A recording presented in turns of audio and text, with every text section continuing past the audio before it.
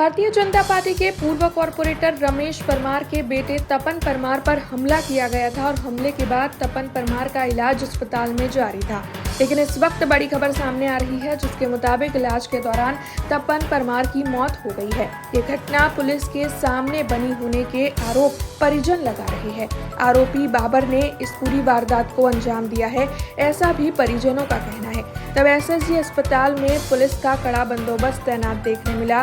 DCP ACP कक्षा के अधिकारी एसएसजी अस्पताल पहुंचे थे। भारतीय जनता पार्टी के नेता भी एसएसजी अस्पताल पहुंचे और बड़ी तादाद में लोग एसएसजी अस्पताल में जुटे होने के दृश्य देखने मिल रहे हैं।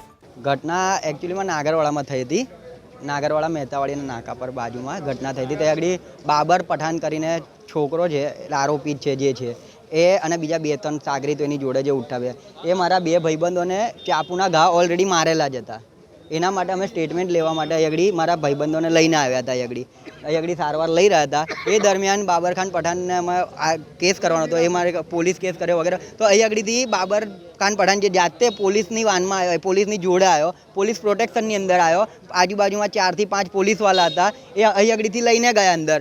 तो ये એવું કહે છે કે મને બી વાગ્યું છે, આ લોકોએ મને બી મારું સ્ટેટમેન્ટ કરવા એ બી અંદર ગયો। તો પોલીસ પ્રોટેક્શનની અંદર ટેસ્ટ એ કરવા ગયો અંદર અને એટલામાં એને ત્યાંથી પોલીસવાળાએ છોડી દીધો અને પાછળ ગયો। તો મારા બીજા ભાઈબંધ એટલે એ અમારી જોડે જ હતો, તો એને પાછળ લઈ જઈને ઘા મારી દીધા જ।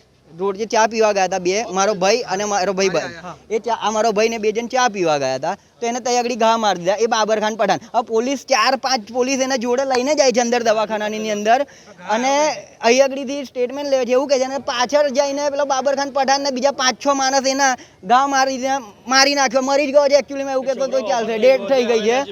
હા તો અને એ પછી અમે જ્યારે પેલા બાબર ખાન પઠાણને અમે તૈયારી દોડતા ગયા કે ઘા વાગ્યા તો પકડ્યો ને, તો તૈયારી પોલીસવાળા આવીને એને પકડીને જીપમાં બેસી દીધી કે ચલો ભાઈ, એટલે પોલીસવાળાને લીધે જ થયું। આ જે થયું એ પોલીસ અંદરથી પેલો છૂટ્યો કેવી રીતે?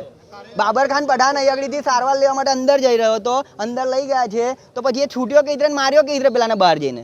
બનાવ 2 કલાક પહેલાં નવી ધરતીમાં કંઈક નાનું ચમકલું થયું હશે, ઝઘડો થયો હશે। એ ઝઘડાની અંદર 2 જણને કંઈ મારામારી થઈ હશે અને મારામારીમાં કોઈને કંઈ ચપ્પુ વાગ્યું હશે, કંઈ વાગ્યું હશે અમારા મોહલ્લાના છોકરાઓને। તો મોહલ્લામાં બધા ટોળા થયા હતા, એટલે અમે અમારા મોહલ્લાના છોકરાઓ જેને વાગ્યું જ 2 છોકરાઓને એ લોકોને દવાખાને લઈ આવ્યા સારવાર કરવા માટે। હું મારો છોકરો પણ જોવા આવ્યો હતો, પછી થોડી વાર પછી હું પણ જોવા આવી ગયો। પછી એ લોકોને કેસ પણ કાઢી આપ્યા, જેને વાગ્યું છે એ લોકોના ઇન્જેક્શન પણ આપ્યા, દવા બોટલ પણ ચાલુ કરાવી। પછી મારા છોકરો જે અત્યારે ઓફ થઈ ગયો એને પણ હું મળ્યો અને એને મળીને ઘરે ગયો કે બેટા આજે આ લોકોની સારવાર થઈ જાય એટલે તું ઘરે આવી જજે। હું ઘરે પહોંચ્યો ને 5 મિનિટ પછી જ સમાચાર આવ્યા મારી પર, મને કહેવા માટે આવ્યો કે ભાઈ તમારે તપનને તલવાર વાગી છે કે જલ્દી જાઓ કે। હું અહીં આવ્યો તો મારો બાબુ ઓફ થઈ ગયો હતો। એ બાબરને અમે નથી ઓળખતા, પણ કોઈક અસામાજિક તત્વ છે, કોઈ ગુનેગાર છે અને એના કંઈ ઘણા બધા ગુનાઓ થયેલા છે। અમારો બાબાને તો કોઈની દુશ્મની નથી, અમારો બાબો કોઈનો દુશ્મન બી નથી અને અમારી પોતાની બી કોઈની દુશ્મનાવટ છે નહીં। બાબર સાથે પોલીસ પણ હતી અને પોલીસની હાજરીમાં બનાવ બનેલો છે। એ નવી ધરતીમાં બબાલથી વાત સાચી, પણ ક્યાં કઈ જગ્યાએ મને ખબર નહીં। हमसे जुड़े रहने के लिए हमारे YouTube चैनल को सब्सक्राइब करें और नई वीडियो की नोटिफिकेशन के लिए बेल आइकॉन को दबाएं।